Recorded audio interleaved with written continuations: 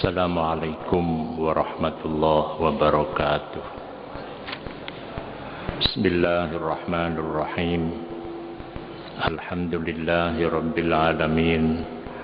Wassalatu wassalamu ala asrafil anbiya wal mursalin Sayyidina wa syafi'ina wa qurrati a'yunina Muhammadin wa ala alihi wa sahbihi ajma'in. Amma ba'd.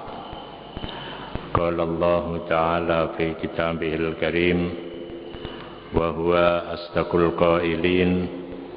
A'udzu billahi minasy syaithanir rajim. Bismillahirrahmanirrahim. Qad aflaha man tazakka wa dzakara isma rabbih fa shalla. Shadaqallahul adzim. Para jamaah ingkang kula hormati, monggo sesarengan ngawali pengawasan kita dalu menika kalian sesarengan maos umul Quran. Mugi-mugi kita tansah pinaringan sehat walafiat, dipun paringi rezeki kang sartur barokah, putra wayah soleh lan solihah, lan menawi benjang kita dipun pundhut, kita dipun paringi husnul khotimah. Ala hadhihi niyah wa ala kulli niyatin salihah.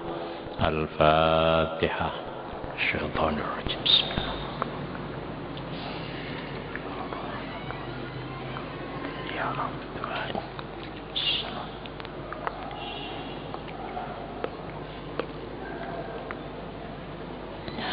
Para jamaah yang dimuliakan oleh Allah, pada kesempatan ini kita mencoba untuk memahami salah satu doa yang diungkapkan, yang pernah dicontohkan oleh Rasulullah Sallallahu Alaihi Wasallam, yang doa itu jarang sekali kita baca.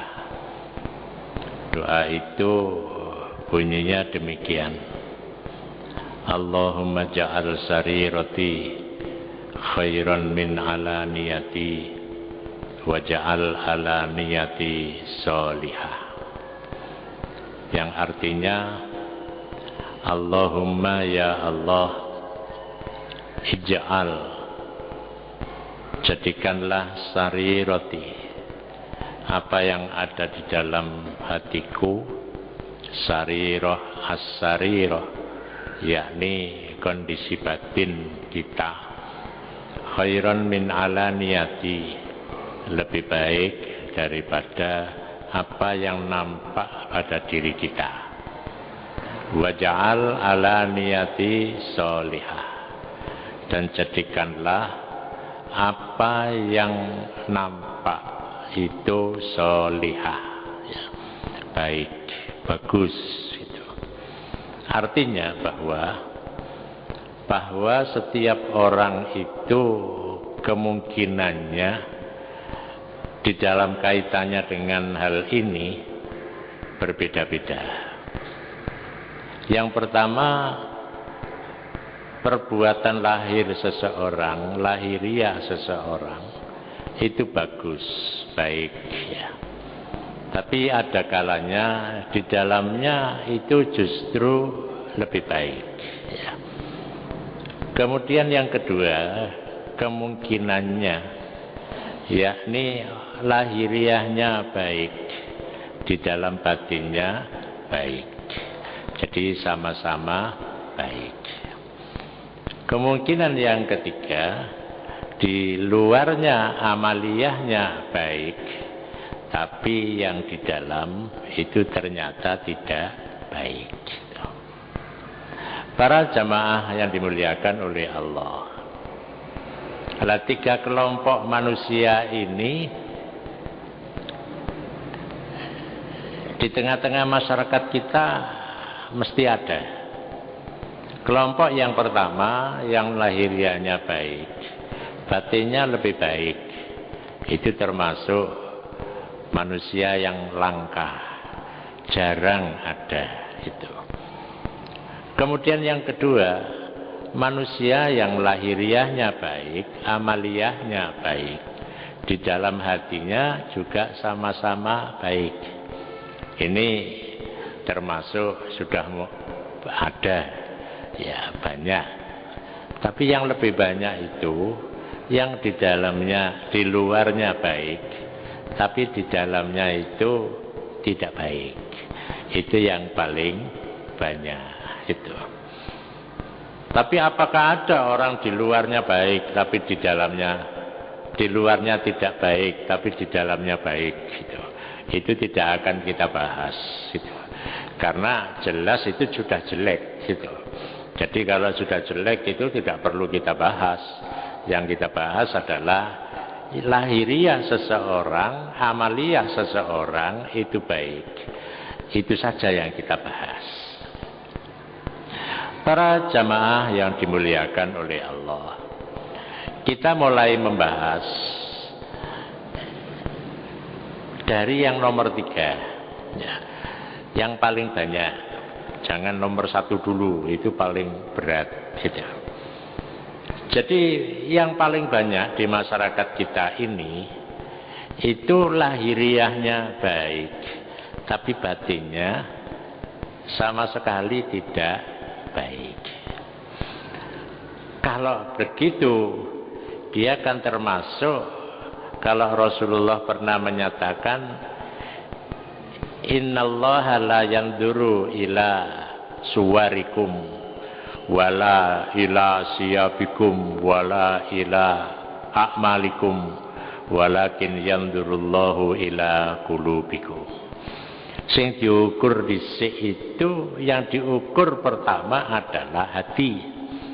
Jadi kalau yang lahiriahnya bagus, kemudian batinnya itu tidak bagus, dicontohkan seorang yang salaman dengan temannya, tangannya bersalaman, kemudian wajahnya berhadapan, ya, di bibirnya ada senyuman, tapi di hatinya tidak ada senyum sama sekali. Nah, ini yang paling banyak itu. Jadi kalau kita berhari raya ketemu dengan teman kita, sepurane ya, bodoh-bodoh, tapi medela beda. Tapi di dalam batinnya tidak ada, itu. Tidak ada sama sekali. Nah, di sini ini yang kita harus jaga, jangan sampai seperti itu. Maka disinilah yang dikatakan orang itu, kalau dulu waktu khutbah Jumat, kira-kira 2 Jumat yang lalu, saya sampaikan di dalam khutbah Jumat di masjid ini, bahwa manusia itu di dalam melakukan perbuatan baik itu bisa 4 tingkatannya. Orang melakukan perbuatan baik, dia melakukannya karena lingkungannya itu melakukan hal itu. Jadi dia melakukan perbuatan baik, pokoknya melok krono masyarakati yang nglakoni kaya ngono. Orang ngerti karepe gitu. Nah, orang yang demikian ini biasanya kalau ada orang datang untuk mengganggu, ya, mengganggu orang ini, maka biasanya dia katut saja dilakoni ku. Wis pokoke sampean saben dina tak kirimi gula utawa beras 1 kilo gitu. Jadi diiming-iming begitu, dia akan berubah. Mengapa? Karena dia melakukan perbuatan baik. Dia sendiri tidak yakin dengan apa yang dilakukan itu. Gitu. Nah, setelah ada orang yang menyatakan itu begini, maka jadilah dia orang yang berubah perilakunya. Nah, kemudian yang kedua, orang yang berbuat baik, dia tahu bahwa menurut ilmunya memang itu baik. Jadi kalau begitu berbuat baik karena ada dasar ilmu. Nah, kalau ada orang berbuat baik karena dasar ilmu, nah ini biasanya dia sudah mulai berusaha untuk terus mengamalkan perbuatan baik itu. Dia menjaga, karena apa? Tahu. Makanya kalau orang beramal tanpa ilmu, itu kan mardudatun la tuqbalu, ditolak, tidak bisa diterima. Karena apa? Karena setiap amal kebaikan itu harus didasarkan ilmu. Kemudian yang ketiga adalah orang yang berbuat baik. Dia tahu bahwa itu adalah baik dan bisa mendapatkan manfaat dari perbuatan itu. Nah, di sini orang sudah tahu bahwa dia amal itu baik, dia merasa ada manfaatnya. Nah, orang yang begini ini lebih kuat. Mengapa? Karena dia sudah biasa melakukan dan merasakan ada manfaatnya. Itu lebih susah untuk bisa dirubah, karena sudah menjadi keagamaan. Wong salat dheweke niku nglakoni salat, ngerti nek salat iku bagus, ganjarane gedhe, tur bisa nggawa manfaat. Manfaatnya bukan manfaat akhirat tok, tapi juga manfaat duniawi. Lah sing nomor 4 iku wong nglakoni kebagusan, dia tahu bahwa itu baik. Ya. Tahu bahwa hal itu baik, tapi dia terus melakukannya karena merasa ada manfaat dan bisa mengangkat derajatnya. Nah, orang yang demikian ini itu dia sudah merasakan nikmatnya di dalam melakukan ibadah, di dalam melakukan amal kebaikan apapun. Jadi walaupun itu dihalangi, umpamanya dia akan menembus penghalang itu. Mengapa? Karena dia merasa itu ada manfaatnya dan bisa meningkatkan derajatnya. Nah, disinilah walaupun dia sakit, bahkan sampai dia berani membela amalnya itu apabila dilarang, sampai titik darah penghabisan. Nah, disinilah namanya kebaikan yang sudah mendarah daging. Nah, kita kembalikan kepada persoalan 3 kelompok manusia. Kelompok manusia yang pertama adalah orang yang melakukan kebaikan, tapi dia hanya lahiriahnya saja, batinnya tidak. Kudu dijogo batini. Ya, jadi harus dijaga. Tapi yang banyak orang itu ya karena hatinya itu nggak bagus, dianggap orang lain itu nggak bagus, ya maka dia menganggapnya semua orang itu pesaing, bukan konco mlaku bareng. Maka jadilah dia setiap ketemu dengan orang, dia selalu tidak senang, hanya menampakkan di wajahnya saja seperti orang yang senang, tapi hatinya sama sekali tidak senang pada orang itu. Kemudian kelompok yang kedua, itulah yang dituntut. Jadi kalau kita ini sebagai seorang yang melakukan kebaikan, jadilah hati kita itu hati kita itu sama-sama baik, gitu. Jadi sama-sama baik. Lek kita nglakoni kebagusan, atine ditata, iki ngono kebagusan. Niki kudu oleh nglakoni kebagusan kudu ditata atine iki krana Gusti Allah, gitu. Jadi lahir batinnya itu bagus, gitu. Lahir batinnya itu bagus. Sama-sama bagus. Itu sudah termasuk sesuatu yang bagus. Dan itulah yang dituntut di dalam agama. Makanya biasanya kalau orang yang kita kaji kelompok yang ketiga, yang kita kaji pertama, itu biasanya orang menyebutkan wong iku lambe karo atine ora padha. Indikatornya ya apa?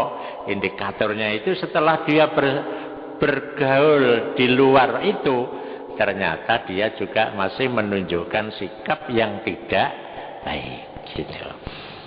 Nah, disinilah maka orang mengukur. Biasanya masyarakat melihat bahwa Orang itu hanya di bibir saja, manis di bibir saja, tapi tidak di hati, gitu.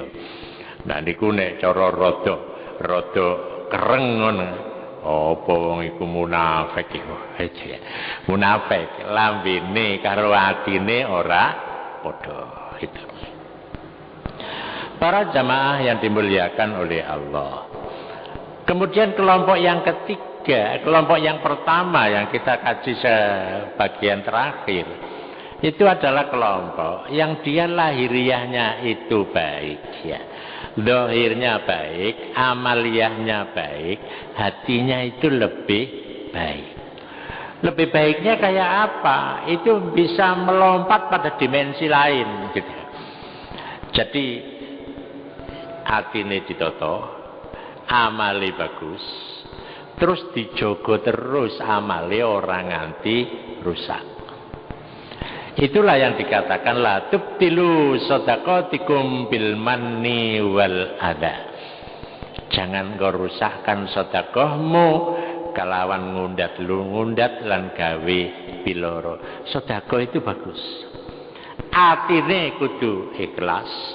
Tur ora tahu diceritakno marang wong liya nek dhek iku sedekah. Dan dia menjaga, tidak akan merusakkan sedekahnya itu. Nah, dari sinilah maka yang dikatakan amalnya bagus tapi batinnya bagus, itu tidak hanya menata hati ketika beramal, tapi setelah beramal dia harus selalu menjaga amalnya jangan sampai rusak. Berarti ada 3 dimensi. Dimensi sebelum beramal, pada saat beramal, dan sesudah beramal. Nah, disitulah Imam Al-Ghazali itu mengatakan orang itu ketika beramal harus memperhatikan 3 hal. Itu bahasanya Imam Al-Ghazali. Ketika beramal, atau maksud saya sebelum beramal, ketika beramal, dan setelah beramal.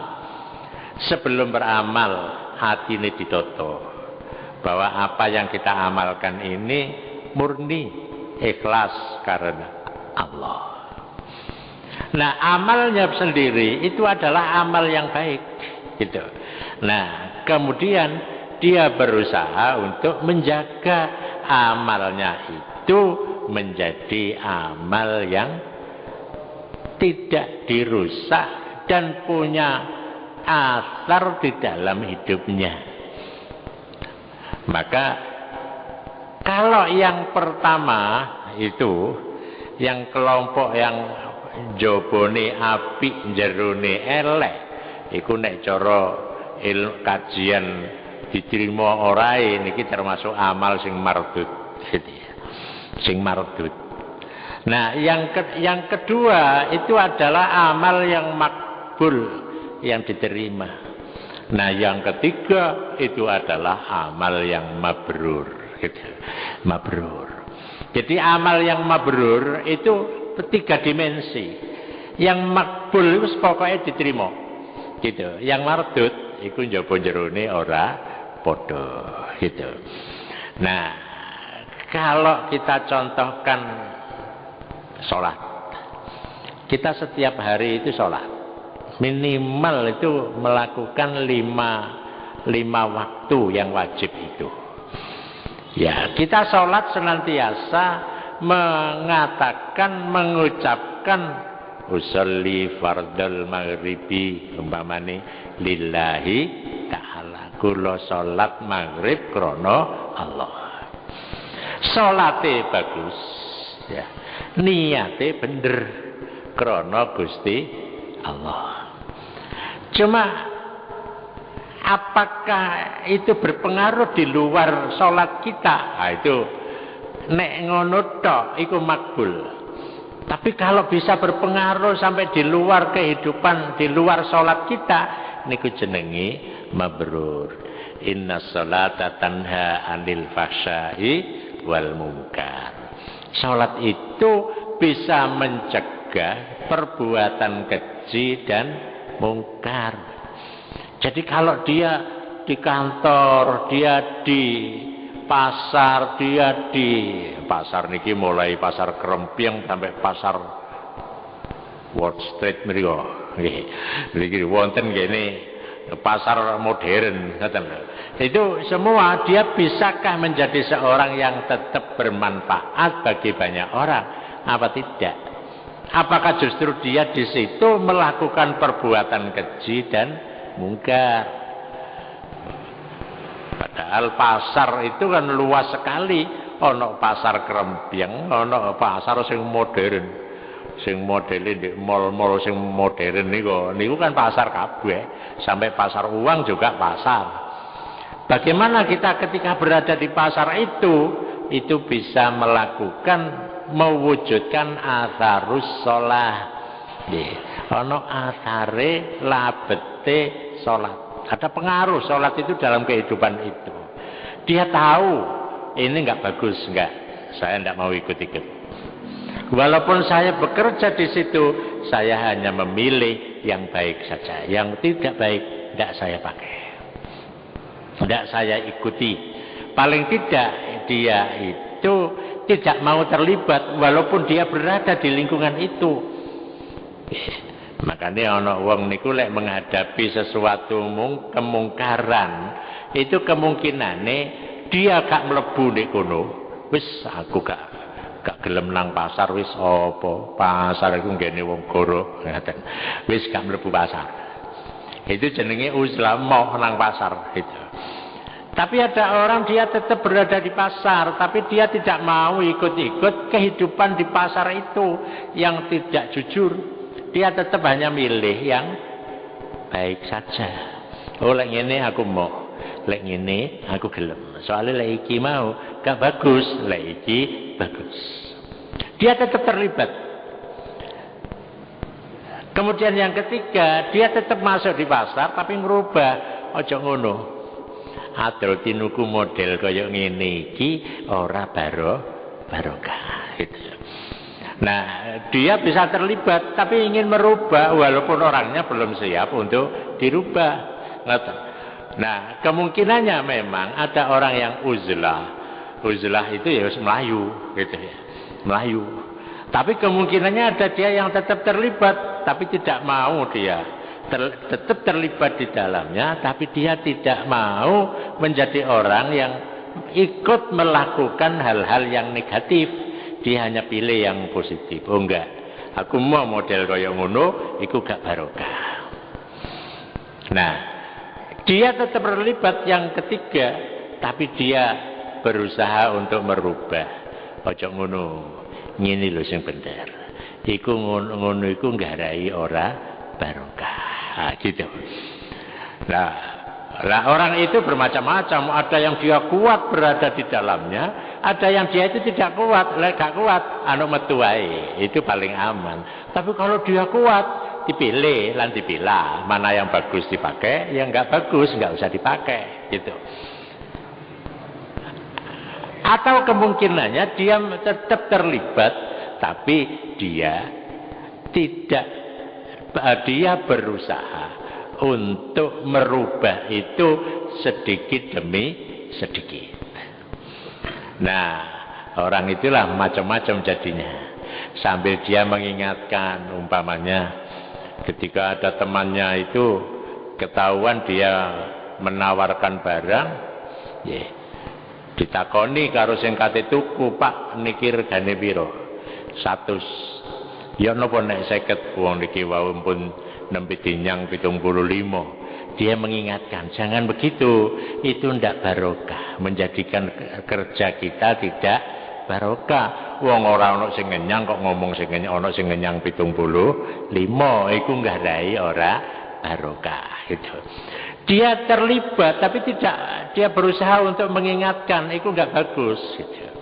Nah, disinilah orang yang memiliki kekuatan di dalam akidah, ya, dia akan berusaha apa yang dilakukannya sebagai sebuah amalia itu tidak hanya makbul tapi juga mabrur, bisa melompat gitu. Nah, disinilah yang dituntut makna dari pemahaman dongane Kanjeng Nabi, Allahumma ja'al sarirati khairan min alaniyati wa ja'al alaniyati sholihah. Itu. Jadi perbuatan baiknya yang di luar itu bagus, tapi di dalam batinnya lebih bagus. Artinya hatinya ya bagus, tapi ada dimensi akar-akarnya, labet pengaruhnya di masyarakat. Tapi ada orang itu sudah tidak memperhatikan hal itu. Sepelek sholat ya sholat, tapi lain di pasar ya di pasar. Sholatnya orang digowo nih gini pasar gitu. Jadi itu yang nggak boleh dalam pandangan Islam. Kalau begitu dakwah Islam itu tidak akan berkembang gitu. Jadi kaji, ya wes kaji. Kok yang penting mulai lunga kaji diceluk Pak kaji kan gitu. Utawa diceluk Bu Hajah. Tapi tidak ada pengaruh setelah haji itu terhadap kehidupannya. Maka di situ dia hajinya hanya makbul, tidak mabrur. Padahal yang dituntut adalah dia harus menjadi haji yang mabrur. Dia mampu. Maka nenek rumiyin niku enten tulisan zaman Belanda, wong-wong lek wis mulai lunga kaji, dia itu menjadi misionaris, penggerak, penyebar ajaran Islam di masyarakat gitu. Tidak kemudian dia malah didakwahi, mboten gitu. Nah kira-kira lek lunga kaji, kok mari lunga kaji kok bolak-balik dielingno karo wong liya. Iku berarti hajine ora mabrur. Aja awakmu lek kaji ya jagon kupluk putihmu iku. Ngancene kupluke wis ditinggal ya. Kupluk putih wis ora tau dienggo gitu ya.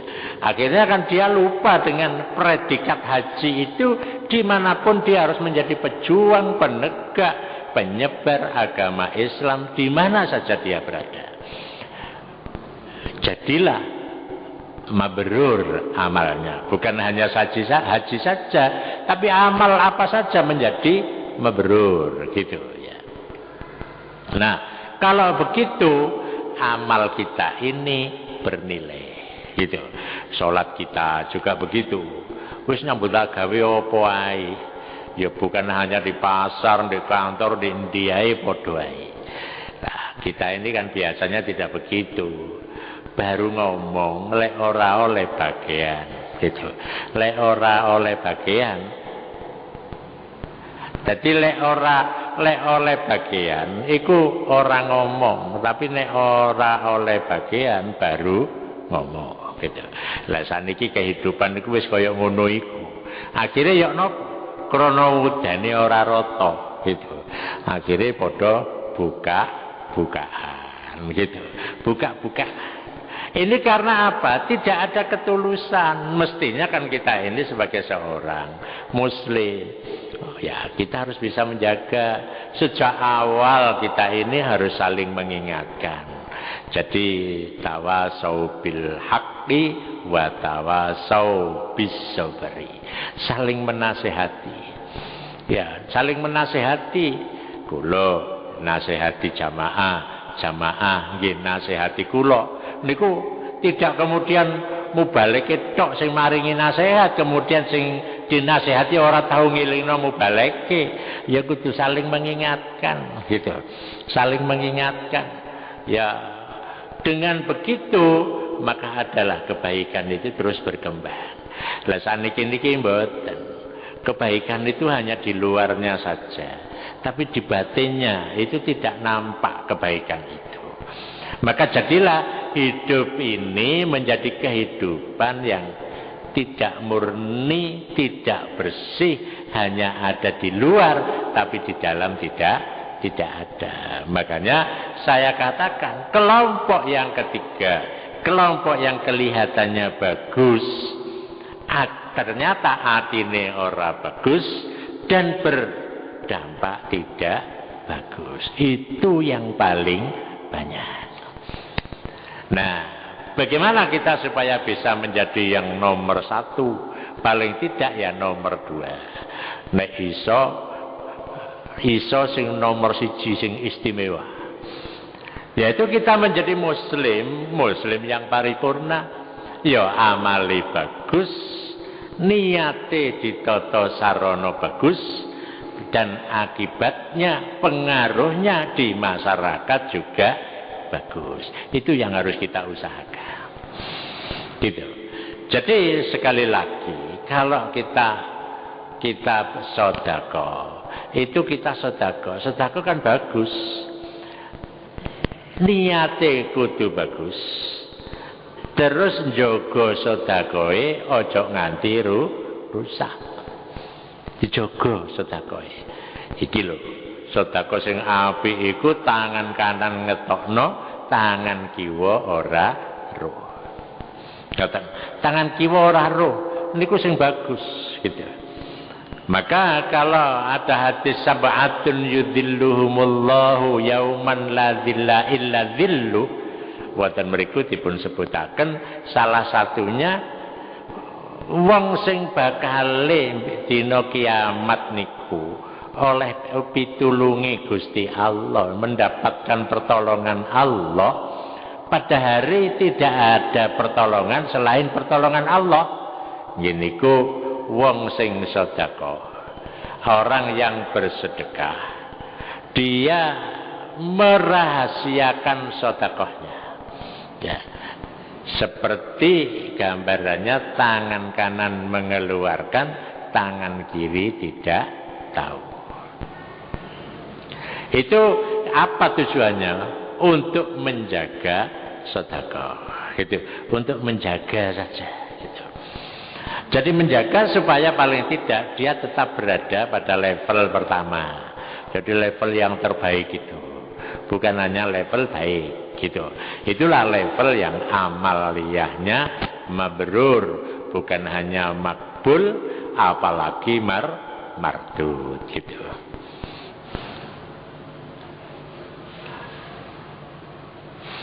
Para jamaah yang dimuliakan oleh Allah. Nah, inilah pemahaman dari hadis tentang Allahumma ja'al sarirati khairan min alaniyati wa ja'al alaniyati sholihah. Niki perlu kita selalu waca supaya kita niki klebu kelompoke wong sing nomor siji di dalam kaitannya dengan ibadah secara umum, gitu. Ibadah secara umum.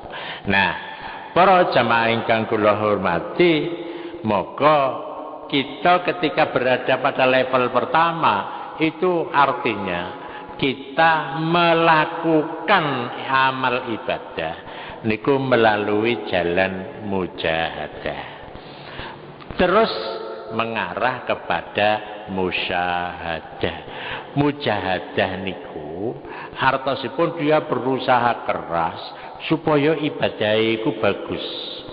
Bagus ketika beribadah, bagus ketika berniat, dan bagus pengaruhnya di masyarakat. Kalau dia bisa begitu, dia bisa menjaga, akhirnya dia sampai bisa masuk pada wilayah musyahadah.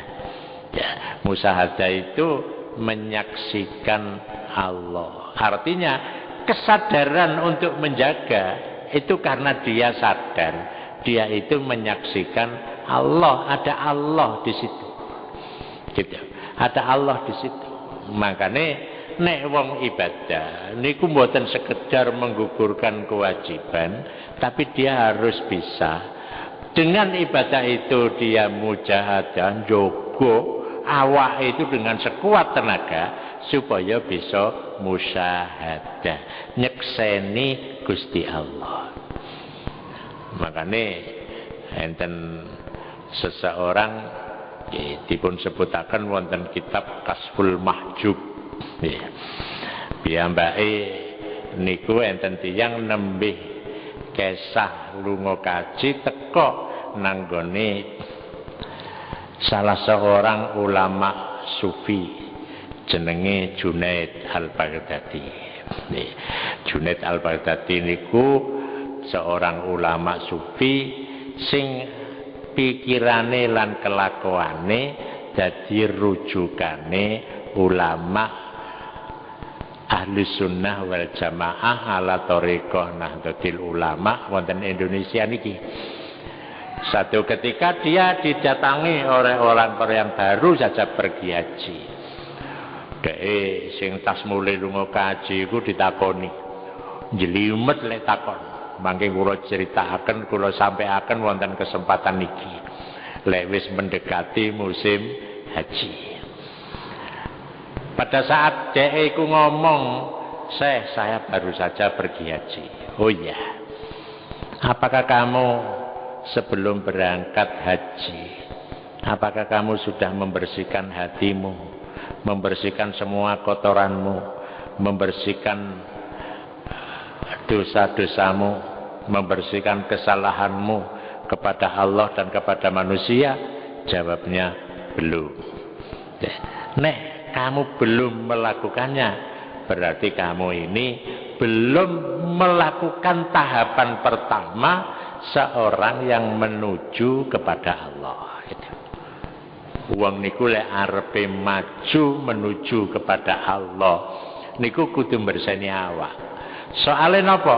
Awak kita niki nek kotor ora bisa madhep marang Zat yang Maha Suci. Tapi nek awak kita niki kepingin bisa madhep dumateng Zat yang Maha Suci, maka kita harus membersihkan diri kita.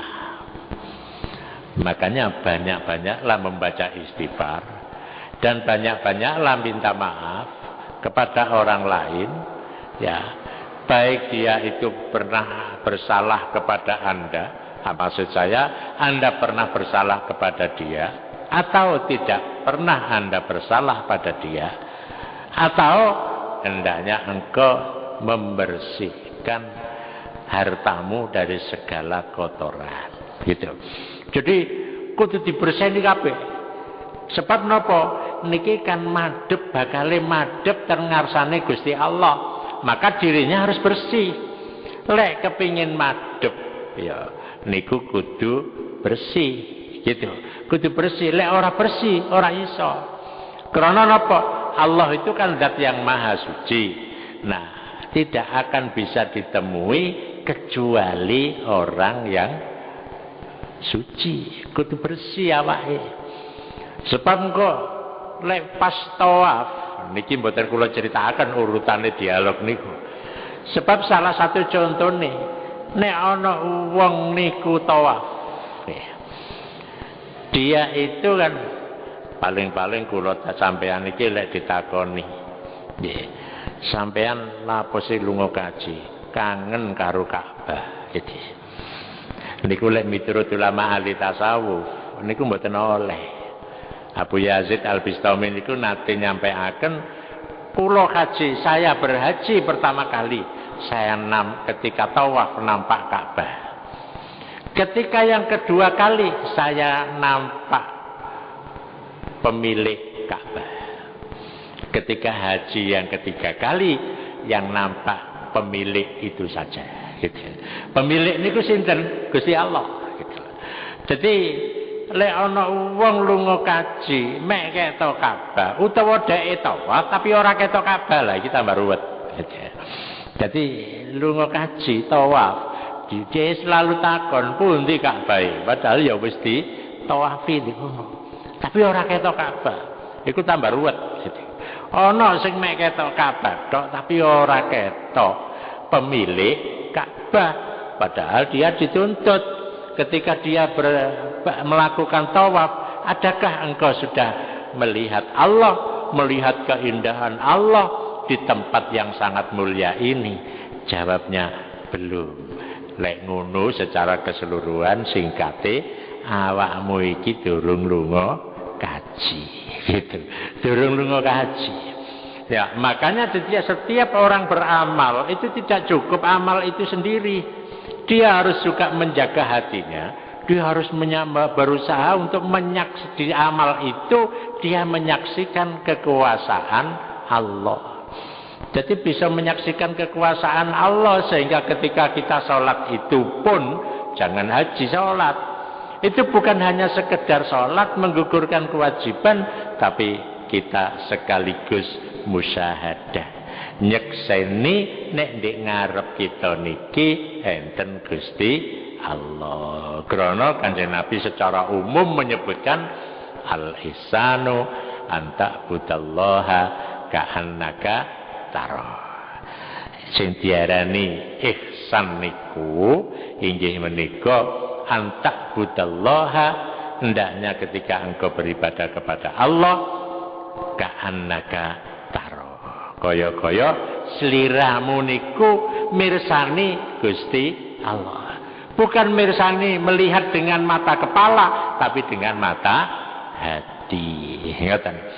Makanya enten perdebatan antara Aisyah dengan Ibnu Abbas. Ketika Kanjeng Nabi niku nembih kemawon mantun Isra Mi'raj.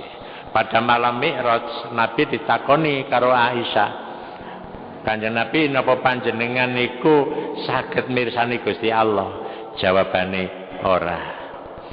Tapi Kanjeng Nabi nate cerita dumateng Ibnu Abbas bahwa Kanjeng Nabi niku ketika malam Mi'raj niku saged mirsani Gusti Allah. Lah niki terjadi perdebatan. Akhirnya ya napa? Nek Aisyah iku wong sing lake hanya sekedar lahiriahnya saja. Jadi kalau melihat Allah dalam pengertian tidak, itu dengan mata kepala. Tapi nek dumateng Ibnu Abbas dheweke mirsani Gusti Allah, itu berarti dengan mata spiritual, dengan mata hati. Makanya nek kita niki salat, kita niki kudu paling tidak ketika mengucapno iyyaka na'budu wa iyyaka nasta'in, duh Gusti dumateng panjenengan Gusti. Panjenengan iku mosok ado apa? Panjenengan cedhek ngoten. Mosok panjenengan ado. Ya panjenengan iku wis ngarep kula jenengan iki. Dumateng jenengan Gusti. Iyyaka na'budu, kula ngibadah, wa iyyaka nasta'in, lan dumateng jenengan kula nyuwun tulung. Berarti pada saat itu sudah ada antara hamba dengan Allah itu